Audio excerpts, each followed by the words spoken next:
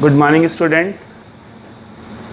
In the last, we have studied about the calculation of the percentage of element in any molecule. In this video, in this lecture, I want to teach you about the calculation of empirical formula and molecular formula by using the percentage of elements. So, as first I want to revise you. Suppose you want to calculate the percentage of any element, you have to find the molecular mass first. Suppose you want to calculate the percentage of nitrogen in NH4NO3. अगर आप nitrogen की percentage ammonium nitrate में find out करना चाहते हैं तो पहले हमको अमोनियम नाइट्रेट का मॉलिक्यूलर मास फाइंड आउट करना पड़ेगा। देखिए बुक्स में, बहुत सी बुक्स में पॉइंट में दिया होता है, उससे कैलकुलेशन कुछ ज़्यादा टफ हो जाता है। उसको आप राउंड फिगर में अगर यूज़ करेंगे तो कोई प्रॉब्लम नहीं है। पहले हम मॉलिक्यूलर मास को फाइंड आउट करते हैं। Nitrogen 14 plus hydrogen 1 into 4 plus nitrogen 14 plus oxygen 16 into 3, 14 plus 4 bond mass के अकॉर्डिंग हमको पहले मल्टीप्लाई कर लेना है, plus 48, so 4 4 8 4 12 8 20 0, carry on to 2 1 3 4 4 8, that is 80. So molecular mass of ammonium nitrate is 80 and you want to calculate the percentage of nitrogen. So what you have to do, see how many nitrogen in the formula. There are 2 nitrogen, 1 and 2. So percentage of nitrogen, that's equal to 2 and हमको यहाँ पे क्या लिखना है, nitrogen का atomic mass जो कि यहाँ पे हम 14 का यूज़ कर रहे हैं वही हमको यहाँ पे लेना है 14 अपान मॉलिक्यूलर मास लेना है 80 और चूँकि हम परसेंटेज में निकालना चाहते हैं तो इनटू 100। अगर आप किसी गिवन क्वांटिटी में नाइट्रोजन का मास फाइंड आउट करना चाहते थे, सपोज़ 5 kg में कितनी नाइट्रोजन है, 5 kg यूरिया में या अमोनियम नाइट्रेट में, तो आप यहाँ पे 5 kg रख देंगे तो आंसर आपका kg में आ जाएगा। This is cut by this one, 2 1s are 2, 4s are 8, 2 2s are 4, 2 5s are 10 and 2 1s are 2, 7s are, that means 7 into 5, 35%. By using this method you can calculate percentage of all the element of any formula. Suppose there are nitrogen, hydrogen and oxygen, you want to calculate the percentage of hydrogen. So there are 4 hydrogen, you will write percentage of hydrogen, that's equal to what you have to write here, 4 into atomic mass of hydrogen, that is 1 upon 80 into 100 and you can get the percentage of hydrogen. अगर आपको percentage दी हुई है और आप चाहते हैं कि उससे फार्मूला बनाएं, ये नहीं दिया गया है, अगर आप चाहते हैं कि परसेंटेज दी जाए और इस तरह से नाइट्रोजन का परसेंटेज दिया जाए 35 और आप बनाना चाहते हैं फार्मूला, तो कैसे बनाएंगे? वो फार्मूला एम्पिरिकल फार्मूला के फॉर्म में आएगा जिसमें कि उसका रेशियो सिंपल रेशियो में आएगा, कोई कंपाउंडेड रेशियो नहीं होना चाहिए। The compound form by the simplest ratio, that is called the empirical formula. Okay students, so now you will learn about the finding the empirical formula of any compound. Students, suppose percentage of elements of any compounds are given to you and you want to find the empirical formula. So how you have to do, see here, suppose I am giving you percentage of a hydrogen is equals to 5%, percentage of nitrogen 35% and percentage of oxygen, that's equal to 60%. And you have to find the empirical formula of the compound. So dear student, first of all you have to add the percentage of all the elements given.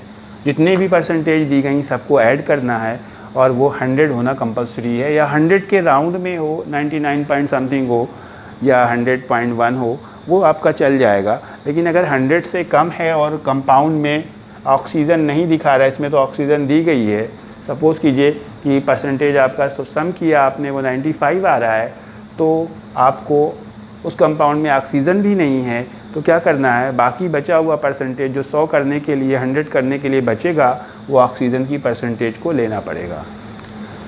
इसको करने के लिए हमें क्या करना है, एक table को फॉर्म करना है जिसमें कि हम फर्स्ट जो कॉलम बनाएंगे उसमें हम एलिमेंट लिखेंगे, सी element,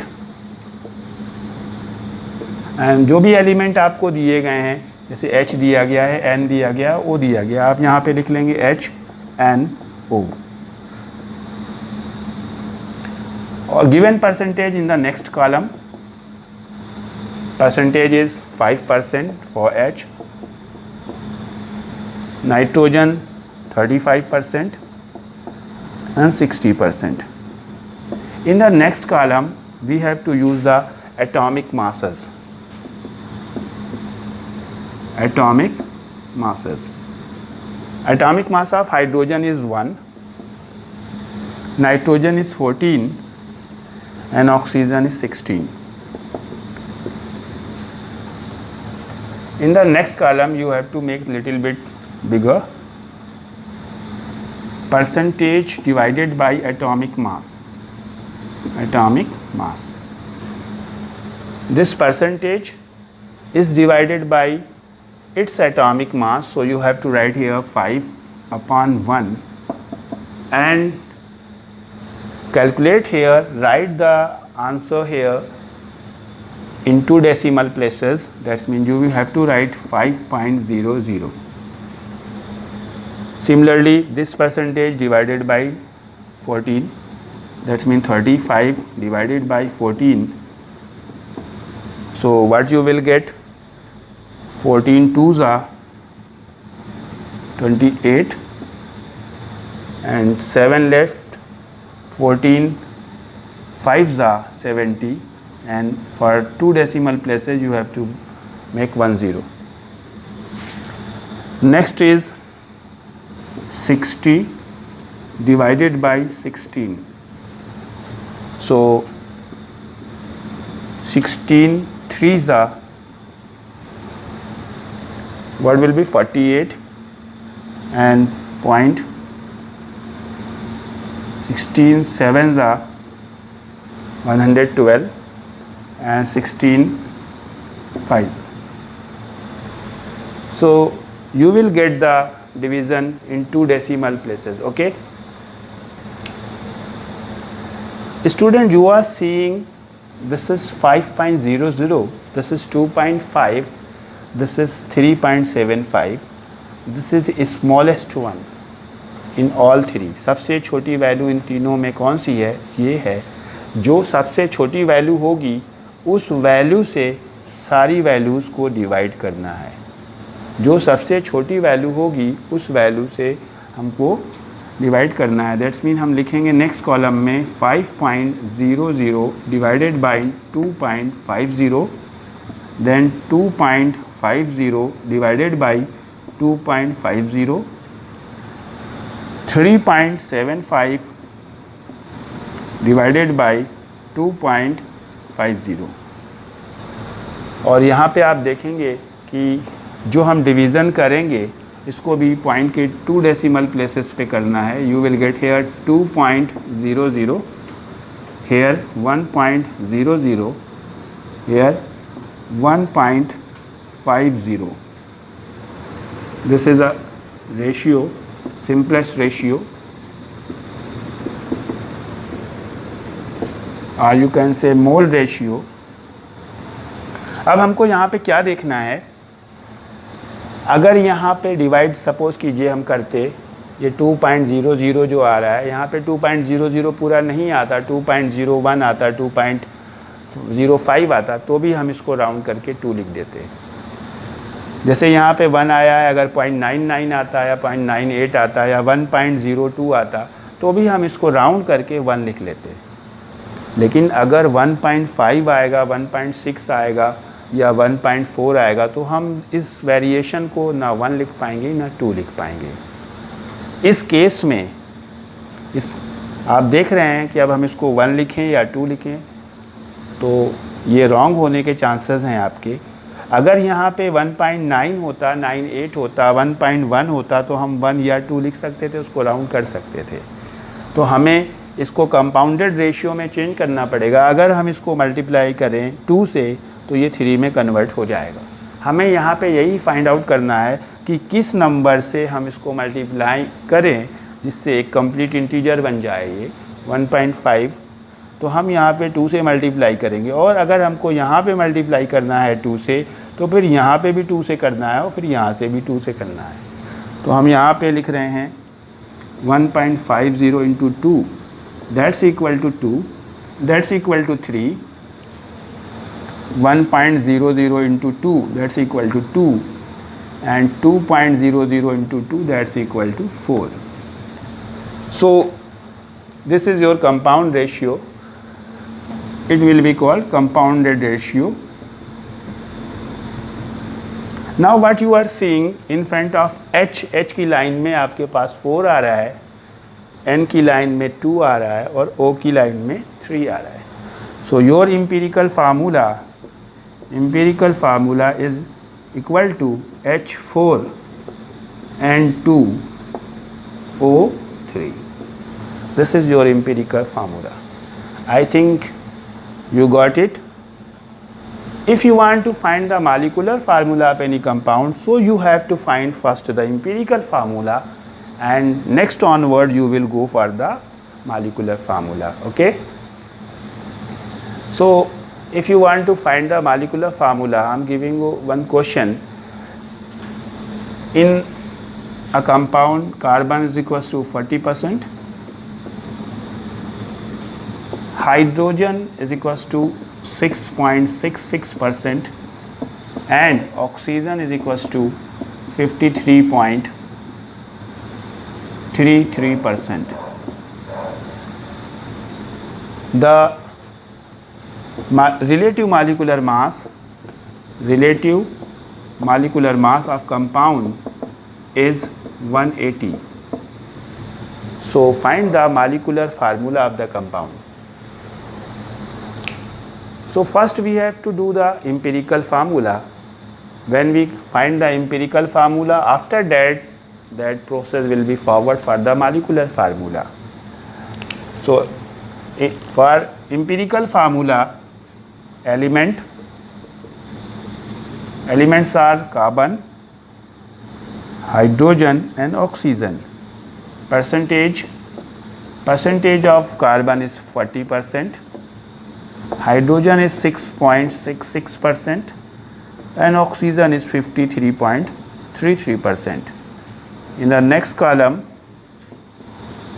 we will write atomic mass. Atomic mass of carbon is 12, atomic mass of hydrogen is 1 and oxygen is 16. In the next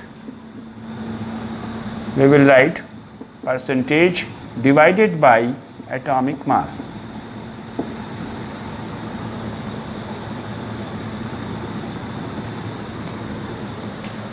(40) divided by 12, that's equal to 12 3s are 2 digits तक निकालेंगे हम. 6.66 divided by 1, that's equal to 6.66, and here 53.33 divided by 16, तो क्या हो जाएगा? 16 3s are 48, 5 left 53 and 3. Now what we have to do, which is the smallest of this, सबसे छोटा कौन सा है, और उस छोटे वाले से सबको डिवाइड करना है. यानी कि 3.33 ये भी है, 3.33 ये भी है, ये 6.66 है, तो हमको 3.33 से दोनों को डिवाइड करना है. जब हम इसको डिवाइड करेंगे,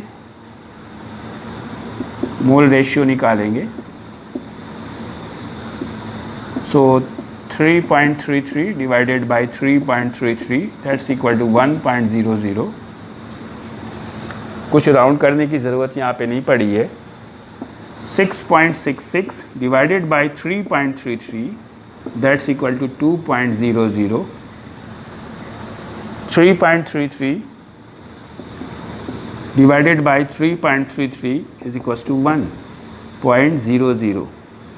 So आप देख रहे हैं कि इसमें पूरी डिजिट्स पूरी आ गई हैं. हमको राउंड करने की ज़रूरत नहीं है, ना ही कोई नंबर से मल्टीप्लाई करने की ज़रूरत है. तो हमारा जो फार्मूला बन के आ रहा है, जो रेशियो बन के आ रहा है, उसका आ रहा है 1, 2 एंड 1. सो एम्पिरिकल फार्मूला आपका क्या बन जाएगा? Empirical formula that's equal to, you have to close the table and after the table you have to write empirical formula C1H2O1. हम 1 लिखने की ज़रूरत नहीं है, CH2O. जब आप एम्पिरिकल फार्मूला फाइंड आउट कर लेते हैं तो उसके आगे आपको मॉलिक्यूलर फार्मूला फाइंड आउट करना है. ये जो आपका एम्पिरिकल फार्मूला मिला है CH2O, हमको इसका मॉलिक्यूलर मास फाइंड आउट करना पड़ेगा, जिसको हम बोलेंगे एम्पिरिकल फार्मूला मास. ओके, हम इसका मॉलिक्यूलर मास फाइंड आउट करेंगे, जिसे हम बोलेंगे empirical formula mass. Empirical formula mass 12 plus 1 into 2 plus 16, 12 plus 2 plus 16 that's equal to 30. और एक क्वेश्चन में आपको मॉलिक्यूलर मास गिवन है, that is relative molecular mass of the compound is 180. तो इस मॉलिक्यूलर मास को हम इस मास से, जो कि एम्पिरिकल फार्मूला का मास है, डिवाइड करेंगे, जिससे हम n निकालेंगे, number of molecules attached. That's mean n is equals to relative molecular mass divided by empirical formula mass. अगर आपको कहीं पे कोई प्रॉब्लम आ रही है देखने में, तो आप कमेंट सेक्शन में लिख सकते हैं, जिससे कि हम आपकी प्रॉब्लम को सॉल्व करेंगे नेक्स्ट वीडियो में. नेक्स्ट वीडियो देखना है तो आप अगर इसको सब्सक्राइब करेंगे तो आपको इजीली पता चल जाएगा कि नेक्स्ट वीडियो में क्या आने वाला है. तो हम यहाँ पे आपका 180 लेंगे और ये 30 लेंगे, तो डिवाइड करने पे 6 आ जाएगा. और अगर यहाँ पे डिवाइड करने पे कुछ पॉइंट में वैल्यू आ रही है तो हम उसको राउंड कर लेंगे. Now molecular formula that's equal to empirical formula whole n. जो आपने एम्पिरिकल फार्मूला फाइंड आउट किया है CH2O, और जो आपने n फाइंड आउट किया है, उसका मल्टीप्लिकेशन से मॉलिक्यूलर फार्मूला बनेगा आपका. तो CH2O और n की जगह हम 6 पुट करेंगे. So you will get the answer. इसका अंदर मल्टीप्लाई कर रहे हैं, C6H12O6. This is the molecular formula. So student, I think you have got everything in this video, how to find the empirical formula as well as the molecular formula. If you have any doubt, you can write in comment section, and you can write your question also in the comment section, so we can send you the solution of that question. Have a nice day.